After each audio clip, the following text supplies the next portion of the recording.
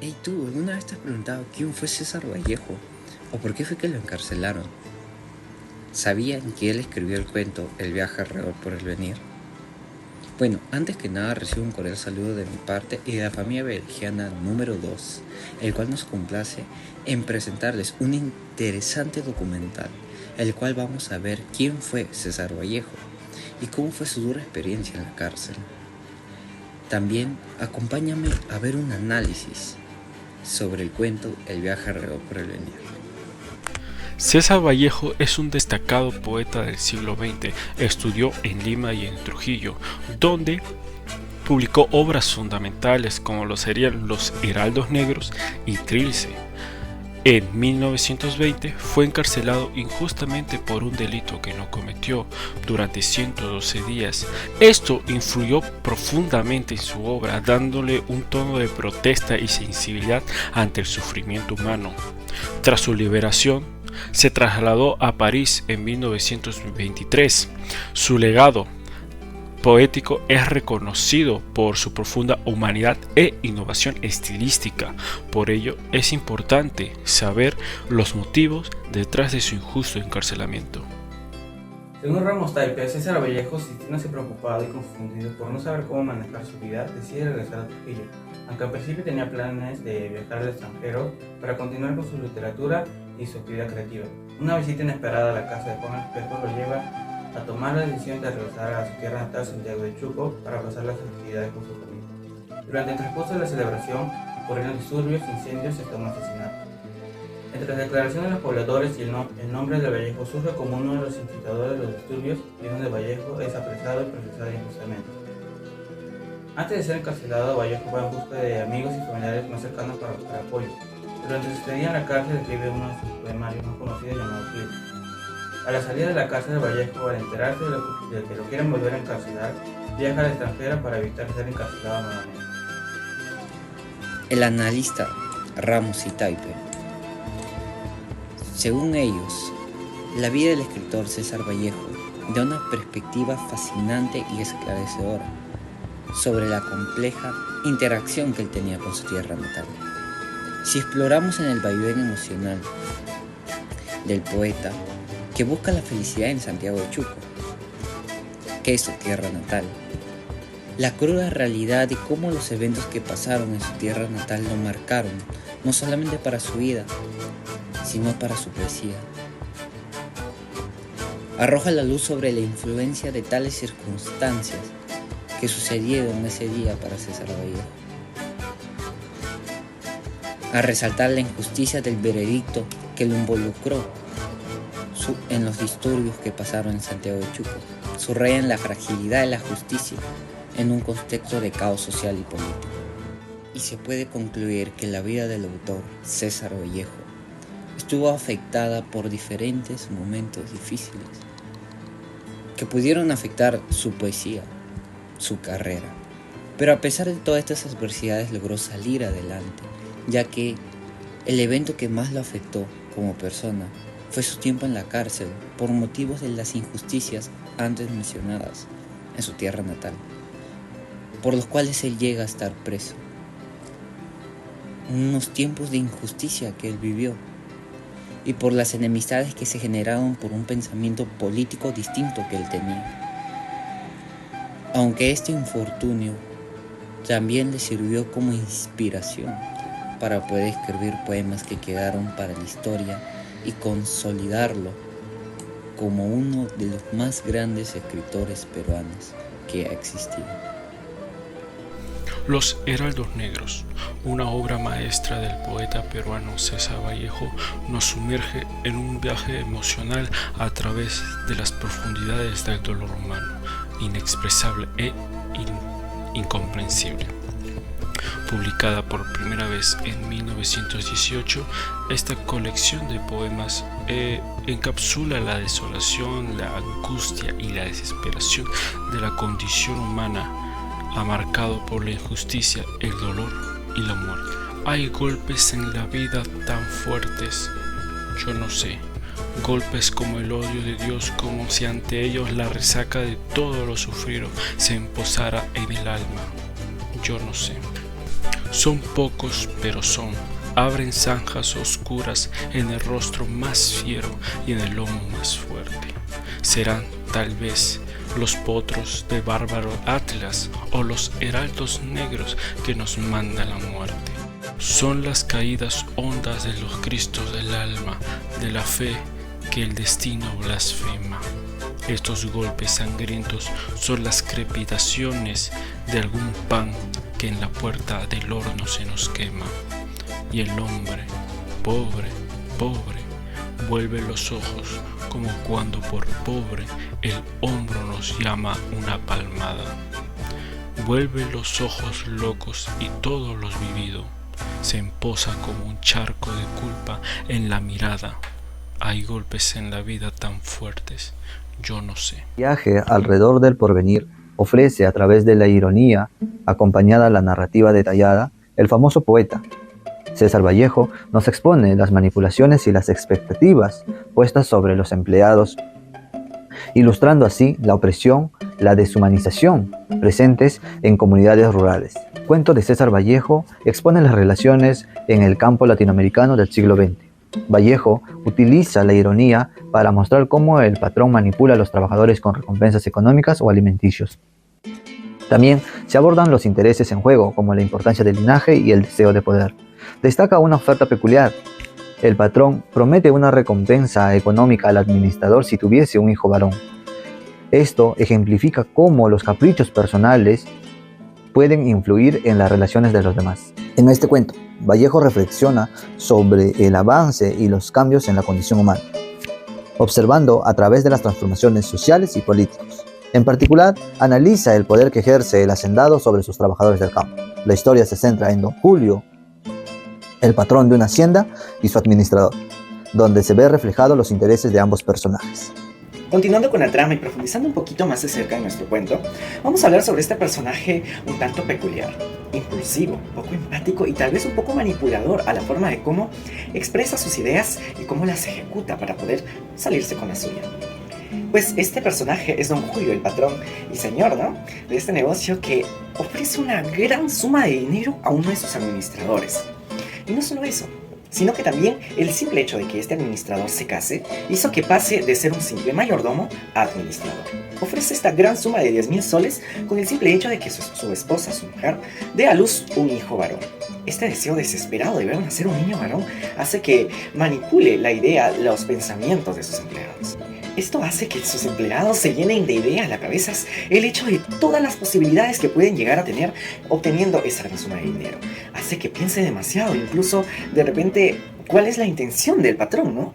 Esta obra es rica en imaginación, en metáforas, ya que el estilo único del autor hace que combine la literatura con lo que es la filosofía, convirtiendo así un texto vasto en imaginación y llevándonos a lo que vendría a ser la reflexión profunda. La ideología machista del patrón y deseo desesperado de ver nacer un hijo varón de uno de sus empleados, para ello utilizará diferentes estrategias, ya sea presión psicológica o un ofrecimiento económico.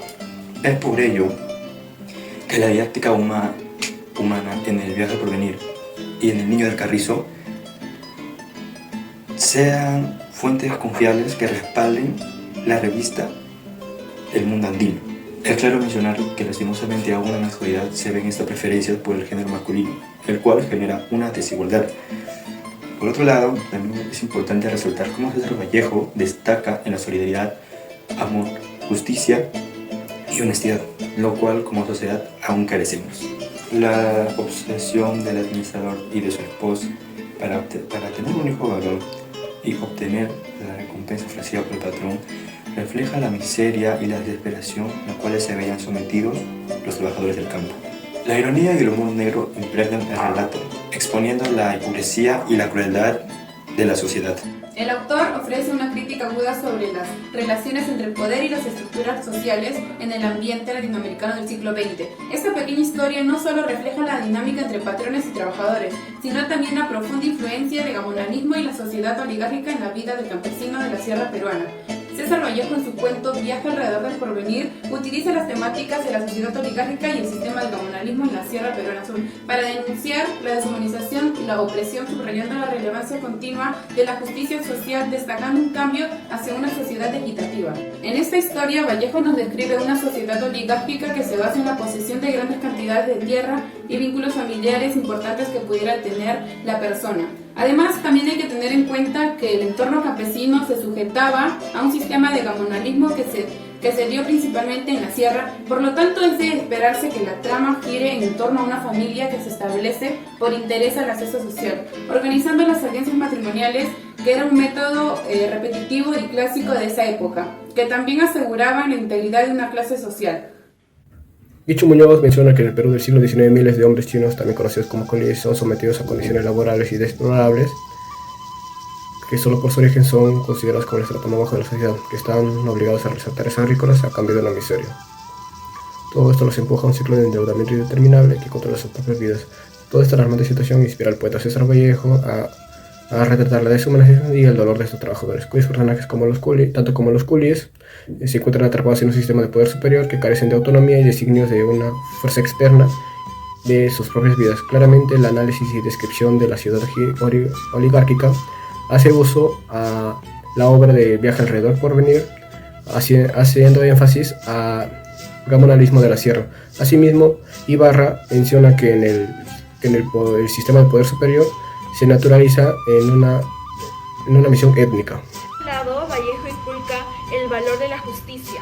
Él vivió en una época marcada por falta de igualdad social y la explotación de los trabajadores, tanto en Perú como en otros lugares donde él residió. Con respecto a su vida personal, también se enfrentó a dificultades económicas y sociales, lo que lo acercó aún más a las realidades de los menos privilegiados.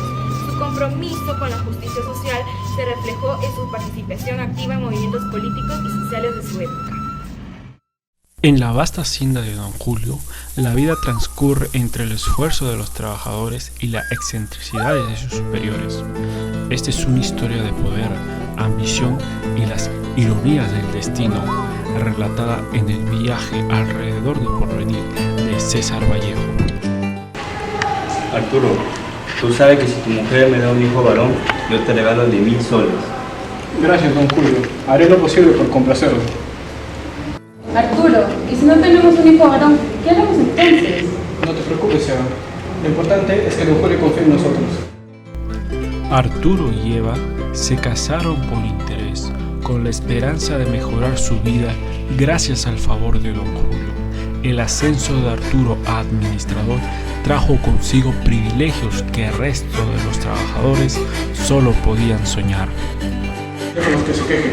Lo más importante es mantener la productividad y complacer a don Julio. ¿Qué es esto? No podemos permitir que los trabajadores manden. No se preocupe, señor. Yo me encargaré de mantener el orden. Arturo, ¿de los trabajadores no se les pagará por su trabajo? Naturalmente que no. Ahorré cientos de soles en esa hacienda. Pobrecitos, ¿y el contratista tampoco les pagará? Por supuesto que no. No voy a desembolsar dinero que no es mío. Arturo y Eva vivían obsesionados con la idea de tener un hijo varón. Noche tras noche probaban diferentes métodos, creyendo que la clave estaba en una buena alimentación o en la técnica adecuada. La noche será la noche. Eva, estoy seguro de que tendremos un hijo varón. No estoy segura, Arturo. A veces solo es cuestión de suerte.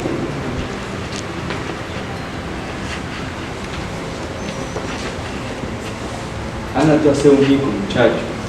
Si tú vas a ser un hijo hombre, yo date regalo de 1.000 soles. Los dos soñaban con el dinero prometido, imaginando las cosas que podrían comprar, pero el destino tenía otros planes para ellos. 7 meses después, la realidad se impuso con la llegada de una segunda hija. Los sueños de Arturo y Eva se desmoronaron y la promesa de don Julio quedó incumplida. Tener un hijo varón. Quizás es el destino de la suerte, no podemos cambiarlo.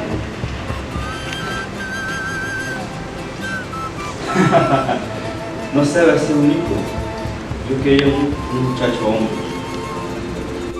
En esta historia, Vallejo ridiculiza a los poderosos, mostrando que, a pesar de su riqueza y autoridad, pueden carecer de inteligencia y calidad moral. Arturo, cegado por su ambición, termina siendo un objeto de burla junto a su patrón. La promesa de un futuro mejor se desvanece en medio de la ironía y la injusticia. Buenas tardes, somos estudiantes de la Universidad César Vallejo. Ahorita estamos en vivo con el licenciado Miller. Tras leer el cuento, le vamos a hacer las siguientes preguntas con respecto a lo leído. ¿Qué tal? Buenas tardes. Okay, Sí, claro, vamos a empezar. Vamos a empezar con la primera pregunta, que es ¿cómo analiza la conducta del patrón? Y si podría tener algún tipo de trastorno o qué problema podría estar pasando. Con respecto al señor Julio, también denominado el patrón, bueno, él presenta conductas de una persona déspota y también conductas manipuladoras, ¿no? Entonces el señor Julio muestra un comportamiento despectivo también a la misma vez, porque tiene que modificar su voz para referirse al administrador, y bueno, también una conducta controladora hacia sus empleados, ¿no? Utilizando en este caso su poder de manera opresiva. Entonces el trastorno que podría estar presentando o los criterios que podría presentar sería un trastorno de personalidad antisocial, ¿no? Sería un F22, según el CIE-10. En la actualidad, ¿cómo podría intervenir en un caso similar al personaje en la vida real? Bueno, en la actualidad vamos a empezar con el administrador, ¿no?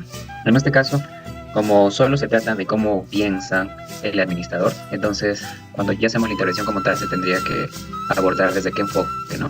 En este caso se podría sugerir un enfoque cognitivo-conductual o terapia cognitivo-conductual con el fin de poder ayudar al administrador, de poder identificar y modificar sus patrones de pensamiento y comportamiento que contribuyen a ponerse en una conducta ansiosa, ¿no? También se podría enseñar a técnicas de relajación, manejo del estrés y también encuadrarlo a metas realistas que él mismo pueda manejar y para poder reducir la presión que él tiene por sí mismo, ¿no? El hecho de tener un hijo varón como tal. La otra cuestión sería un entrenamiento en habilidades de afrontamiento. Ahora, con respecto al señor Julio, también a lo mucho que se podría hacer con él es, como él es el dueño del trabajo, donde trabaja tanto el administrador, entonces se podría trabajar entrenamiento en manejo de la empatía, liderazgo, o quizá también en el tema de consultoría organizacional como tal, ¿no? ¿Para qué? Para poder implementar quizá prácticas de liderazgo más saludable y asimismo también se pueda manejar la hacienda de manera efectiva, ¿no? ¿Con qué? Con el objetivo de poder fomentar un ambiente laboral justo y equitativo. Ok, ya para finalizar, ¿nos podrían dar unas palabras para la comunidad universitaria en cuanto a estos casos, a su experiencia como profesional en la salud mental? Bien, la recomendación como profesional sería pues en 5 pilares, ¿no? Uno sería en temas de educación en salud mental, con el objetivo de poder implementar talleres, programas de concientización sobre la importancia de la salud mental y cómo gestionar el estrés. También sería los grupos de apoyo, en realidad no son muy tomados en cuenta en nuestro contexto. Y bueno, en estos grupos de apoyo donde las personas pueden compartir sus experiencias y también recibir ayuda mutua, ¿no? El tercero sería el fomento de la empatía y el respeto. El cuarto sería mejorar un ambiente laboral como tal. Y finalmente un acceso a los recursos, ¿no? Facilitar el acceso de servicios de apoyo psicológico y no solo psicológico, sino también otras áreas, ¿no? Sociales para quienes lo puedan necesitar. Ya que cuando se abordan problemas de salud mental no es simplemente un psicólogo, sino debe ser multidisciplinario, ¿no? Eso sería todo. Muchísimas gracias por su aporte.